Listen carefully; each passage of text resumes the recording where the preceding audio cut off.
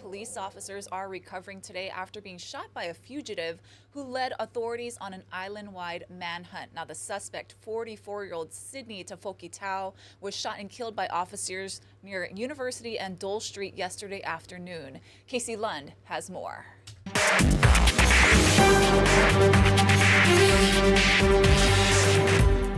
Aloha, we have not learned the identity of those police officers. HPD hasn't released that yet. They say one was a veteran of the force for 5 years. The other had served HPD for 2 years. We are working to get more information. They were in surgery yesterday. And of course, we'll reach out to HPD to try and get more information, learning how they're doing today. We also want to break down what happened yesterday. We know that we started covering this incident beginning yesterday at around 7 o'clock. Tafokitau had been accused of a shooting in Nu'uanu back in October and a shooting and a stabbing in Kalihi just 2 weeks ago. Then just around 7 yesterday morning in Halava, Tafokitau is believed to have shot a woman he may have been in a relationship with. She was in serious condition at last check. After about 5 hours later in Kalihi, HPD says Tafokitau fired at plainclothes officers who were trying to arrest him. Police later blocked off Alohea Street near Diamond Head, where he's suspected of firing at police again. Now, at some point, Tafokitau ended up in Kaneohe, where he crashed into a vehicle near Temple Valley Shopping Center and carjacked Aaron Valentine's white Scion. He had a long rifle. I don't know what kind it was. And as soon as my mom saw it, she backed away from him very quickly.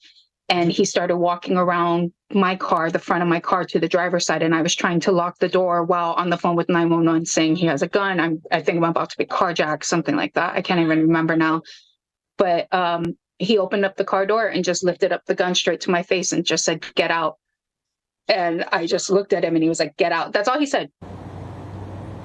Well, luckily, Valentine wasn't hurt in that exchange, but Tafokitau fled in her sign. Officers were later seen racing through Pearl City, Wahiawa, and the North Shore. Police Chief Joe Logan provided initial details on the incident that ended on University near the H1 on-ramp with those two officers being shot and Tafokitau being shot, then taken to the hospital where he later died.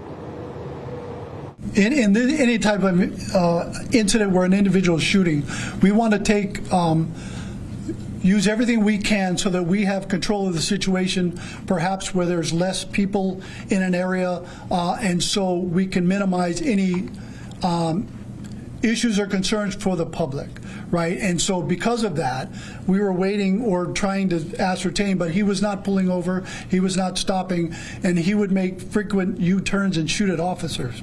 So really, this was his call to make. Chief Logan says a fourth male was injured by police vehicle. They're still investigating whether that man was involved in this incident. We also know that throughout that 9-hour manhunt, HPD issued just one single public alert around 2:30 yesterday afternoon, but did not warn drivers to stay off the road. The investigation was very fluid and kept moving. And because of that, I'm not sure what I could tell you that's going to make you understand that what we're doing and what we're getting involved in is just fluid and moving, right? And because it keeps moving, if I tell you, oh, he's here, and I give you that information, by the time you get it on the news, he's on the North Shore. And then I tell you he's on the North Shore, he's back in Hawaii Kai. So I really couldn't, there's no way to tell the public, hey, this individual's out there, he's running around without. We just needed to focus on apprehending the individual, and that's what we were doing. SHOPO, the police union, released a statement last night that said, in part, they're praying for the swift and full recovery of their injured brothers. Reporting at Queens Medical Center, I'm Casey Lund. For now, we'll send things back into the newsroom. At least 55 people are dead after a powerful earthquake struck Japan on New Year's Day. That death toll is climbing as dozens are injured from the quake. Officials said the immediate risk of tsunamis is over and the country's nuclear plants appear safe. That offers a slight relief since a 2011 earthquake and tsunami caused a meltdown at the Fukushima nuclear plant. But now, experts say dangerous aftershocks could last for months. Meanwhile, challenges remain as tens of thousands take shelter in emergency shelters in Ishikawa Prefecture. Hanako Montgomery takes us inside one of those centers. It's been more than a day since the powerful quake, but for Minae and her mother, the impact still very fresh. Thinking about it now still makes me tremble. My heart was pounding. My mind went blank. We just scrambled, things like our wallets, and ran outside. Minaya was visiting her family for New Year's when the quake struck. Her mother's house now unlivable because of the powerful impact. The pair, luckily, able to escape unharmed. But with the constant aftershocks, they're still far from safe. I feel like even now the building is shaking. Whenever an aftershock happens, I think of the main quake and my body trembles. But it's not just the tremors people here have to worry about. Other than a roof, there's little else. There is no heating right now, so people are sleeping on mats. They're using thick blankets to stay warm. There's also no running water, so the Japanese self-defense forces are just outside this building handing out water to locals. This water, a lifeline for dozens here and thousands across the region, left without supply or simply without homes after Monday's powerful quake. Hanako Montgomery, CNN, Nanao. Hawaii Senator Brian Schatz released a statement on the devastating event, saying in part, quote, "We mourn every life lost and pray for the safe and speedy rescue of all the remaining survivors. The people of Japan and Hawaii have long shared a special bond. As the search and rescue process continues and the long, difficult work of recovery begins, we extend our aloha to the people of Japan." Also in Japan, terror on the runway at Haneda Airport after a Japan Airlines plane with nearly 400 people on board burst into flames as it landed. Officials say it collided with a Japanese Coast Guard aircraft headed to help with earthquake relief efforts. The airline says all passengers and crew were safely evacuated from the plane, but Japan public broadcaster NHK says 5 Coast Guard members died in the collision. A passenger on another plane witnessed the crash. Here's what he had to say. Just as we were starting to just pick on speed, we heard that big bang, and I turned and I saw that flame that was making a trace, and then we saw the plane that was inflamed. By that time, with the 2 planes going like that, I could see the plane. I made some videos, and then a few minutes later, we saw 2 big firefight trucks coming and fighting the fire, and then controlling the fire. And so, the Japan Airlines plane was flying into Haneda from the northern Japanese city of Sapporo at 5:46 p.m. local time. 4 of its passengers were taken to hospitals, but the airline has not received any additional reports of injuries. Officials say the company is taking part in the investigation to determine who is responsible for the deadly crash. Hawaii County Police are investigating an apparent murder-suicide in Kealakekua. At around noon yesterday, a man told officers that he had found the body of his daughter, 42-year-old Elizabeth Fernandez, at her Mamalahoa Highway home. She had apparently been shot in the head. Next to Fernandez, the body of her ex-boyfriend who had apparently taken his own life. His identity has not been released. Also on Hawaii Island, Alexander Akau III is set to appear in court today to face an attempted murder charge. Police say the 39-year-old was driving on Akoni Pule Highway in Kauai High when he fired a gun at an acquaintance who tried to pass him. The bullet hit the vehicle, but the driver was not hurt. Akau will make his initial court appearance in Kona. A 24-year-old woman was arrested Saturday night for terroristic threatening in the first degree. According to police, Shayla Santos tried to hit a law enforcement officer with her car in Honolulu. She's currently in custody. It had originally been opened as an attempted murder case, but changed when charges were filed. Her bail is set at $25,000. She's expected in court today. Honolulu firefighters were able to put out a 2-alarm fire in a residential building in Manoa. Crews were called to the 3-story building near Patty Drive and Anoa'i Place at around 8:30 last night. They had the fire under control in about 10 minutes, and it did not spread to any neighboring homes. It's not believed that anyone was inside at the time, and no injuries were reported. HFD says the cause of this fire in Aiea last Friday was some sort of incendiary, which typically leads to an arson investigation by police. A 16-foot tall stack of tires went up in flames. HFD says it began in a vacant school bus that someone was living in. It was parked at a closed tire business.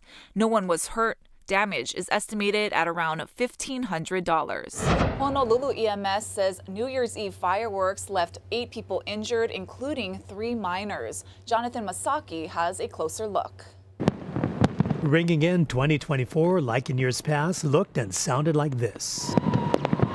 Sadly, in the mix of this illegal aerial fireworks, there were 8 very serious injuries, to include the 3 keiki. I would say 6 of those 8 were severe. They were disfiguring, and probably will have lifelong changes for those 6 people, whether it's a loss of a limb or permanent loss of vision in an eye. Included in the injury report is one reported prior to New Year's Eve. According to EMS, a 6-year-old boy was burned after fireworks hit him in the legs. A 14-year-old girl suffered multiple injuries to her arms, legs, and face after fireworks exploded in a room she was in. And a 10-year-old boy suffered severe injuries to his hand following a firework blast that also burned his upper body. It's horrific. And again, these are permanently disfiguring injuries. So it's just very, very sad. Other injuries include a 65-year-old man and a 35-year-old man who both suffered eye injuries. A 67-year-old man suffered a deep cut to his forearm from an explosion, and a 20-year-old man sustained a hand injury after a firework blast. If there is good news here, the good news is there was less significant injuries than last year, from 12 to 8. On the HPD side of the camp, there was a significant increase of incidents that firefighters responded to. So this year we had 23 fireworks-related fires. Last year we had 8, so we actually had more. The good news is that they weren't significant. They didn't reach to alarm status. Captain Song also says that things could have been worse and stresses the malama everyone needs to have for each other when emergencies arise. My message to the public was let's just take care of each other. So one of the structure fires was caused by an aerial that landed on the roof. We had a very similar fire last year, and luckily 911 was called immediately, so that fire was contained to the roof. Both Ireland and Song continue to ask for the public to be on alert. New Year's Eve may have come and gone, but there's still may be those out there still wanting to celebrate 2024. Jonathan Masaki, Hawaii News Now. Now to the latest on the presidential race. Iowa Republicans will gather in less than 2 weeks to caucus for their presidential candidates. Former President Donald Trump is the clear frontrunner, leaving the other candidates to battle it out for second place. Natalie Brand has more.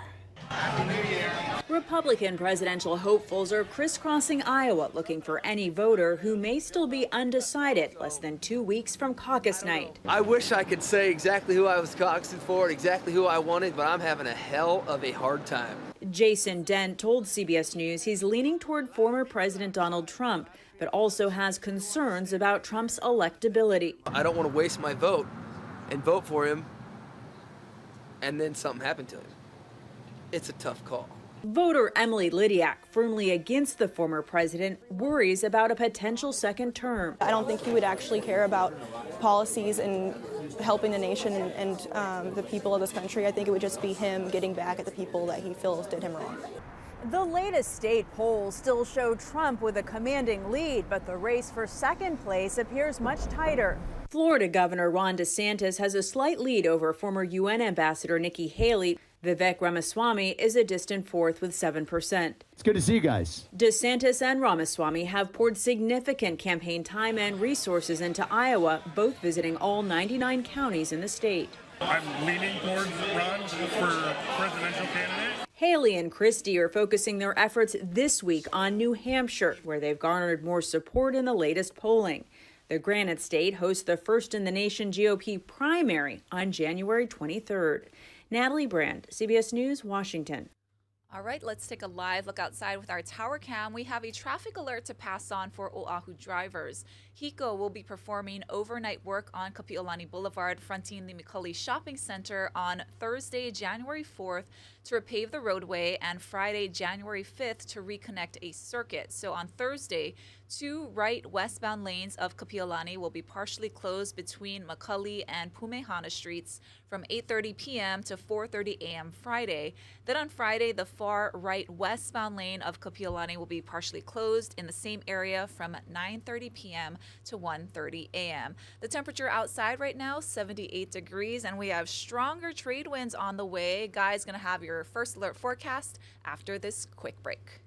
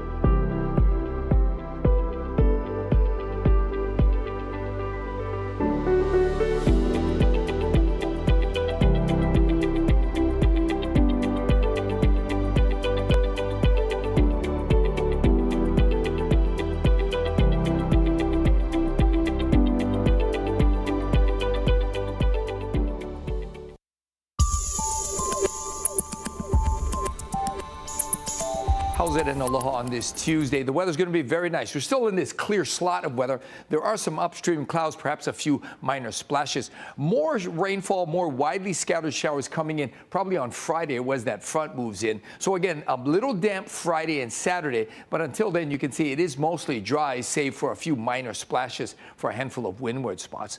Now today the winds will be stepping up. They'll be blowing in at about 15 to 25, and they'll hold firm for tomorrow morning, and then they'll start to shift and back up as that high pressure fan starts to move away. So we're in for the best weather on the planet today. Lots of sunshine expected for leeward sides, a few showers this morning for a handful of windward sides, but overall we're not going to see a whole lot of rain until that front drops in sometime on Friday.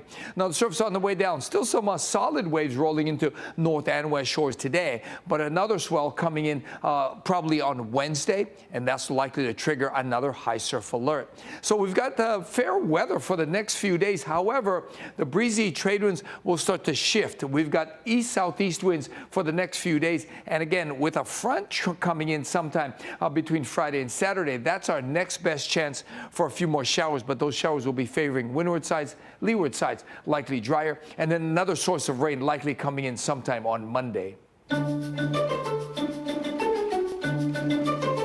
Heads up future and current college students. The new free application for federal student aid, or FAFSA, arrived during the holiday break, and there are a lot of changes. Karen Kaifa tells us more.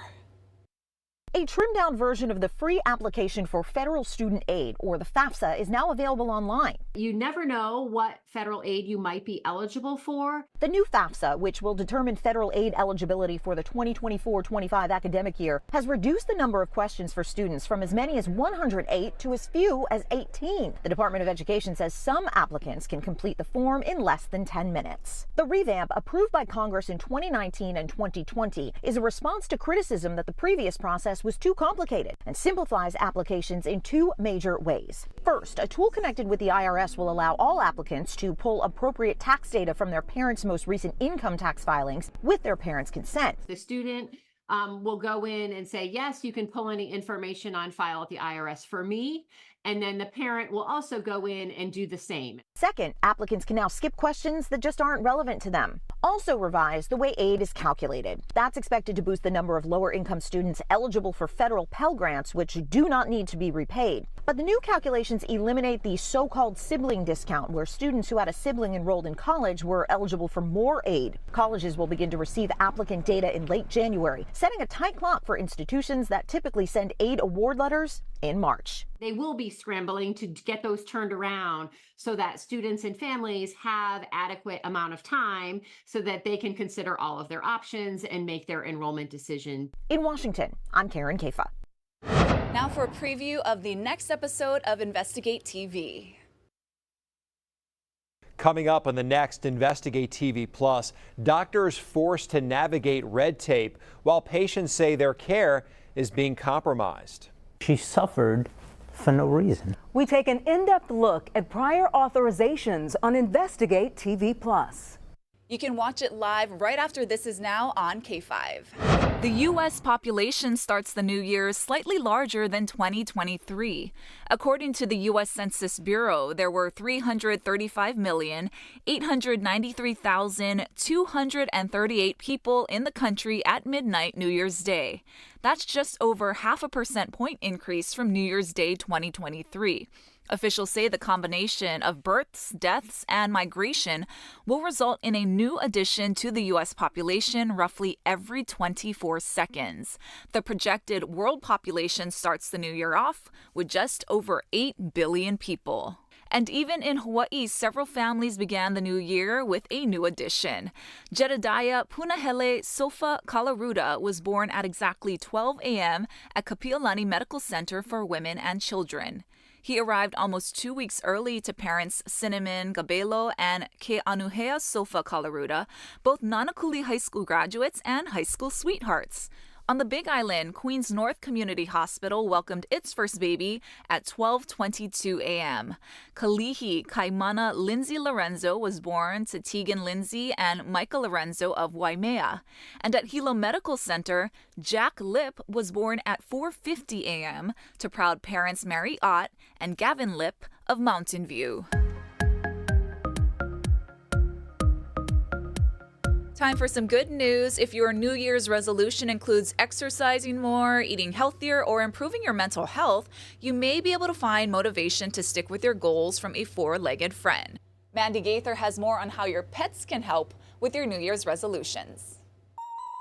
It's 2024, and if you're looking to make a healthy change in the new year, a furry friend may be just what you need. There's a variety of ways that pets can play a role in helping people through the holidays, throughout the year. Stephanie Filer with Shelter Animals Count says pets can keep you motivated to move, whether it's taking a dog or a cat on a walk outside or playing in the backyard. Staying active can benefit you both. Filer says animals can also boost mental health and allow for social connection, not only to your pet, but others you may meet when you're out. You can connect with dog owners, you can connect with your neighbors more, and it just really helps reduce isolation, especially for seniors or people that are homebound. If your resolution is to eat healthier, there are many foods which are good for you and your pet. Just research which fruits, veggies, and proteins are safe. It can be everything from carrots and green beans and apples, and then, fish and chicken, and even for cats, they enjoy small amounts of salmon and eggs and chicken and turkey and cheese and all kinds of things. Finally, Filer says saving an animal can help you feel good in the new year. Whether it's adoption or fostering on a temporary basis, bringing an animal in that is in need of a good home is something that can absolutely give you a sense of pride and increase your mental health as well. For Health Minute, I'm Mandy Gaither. And speaking of the new year, a group of coneheads come together to ring in 2024 with some positive energy and some pearls of wisdom on how to live better in the new year from those who have experience. That's in today's Take a Look at This. Parades come in all shapes and sizes, and this parade in Richmond, Virginia is no different. Well, it's a little different. I've lived in Richmond for like 30 years and I've never heard of this. Traffic along Carey Street was stopped due to a group of cones. But not just your ordinary cones. This was the 16th annual Cone Parade, 16 years of rich tradition. Happy New Year! Organizers say the event is about harnessing good energy since cones are powerful symbols of energy in sacred geometry. Bet you'll never look at a cone the same way. I wanted to start off the year doing something fun and whimsical. Well, I would say that's one resolution you stuck to. Speaking of resolutions, how many of you have made yours? Well, there's still time. Here's some pearls of wisdom from some folks with experience. I say all I want to do is improve in the new year. Whether it's just living a healthier lifestyle or wanting to be your better self, the National Institutes of Health want you to make small changes. Don't diddle-daddle. If I don't quite live up to expectations, well, I'll find another one. Words to live by for 2024. For Take a Look at This, I'm Steve Nannis. And a St. Louis, Missouri couple celebrated a major milestone on the first day of the new year, ringing in the new year by celebrating their 80th wedding anniversary. So meet Andrew and Bertha Kowalczyk. So in November of 1943, Andrew, a Navy man, and Bertha, a student, got engaged. January 1st, the couple tied the knot. 6 children, 16 grandchildren, and more than a dozen great-grandchildren later, they have a lot to celebrate. Thank you so much for watching. This is Now, everybody. More news coming up. First at 4.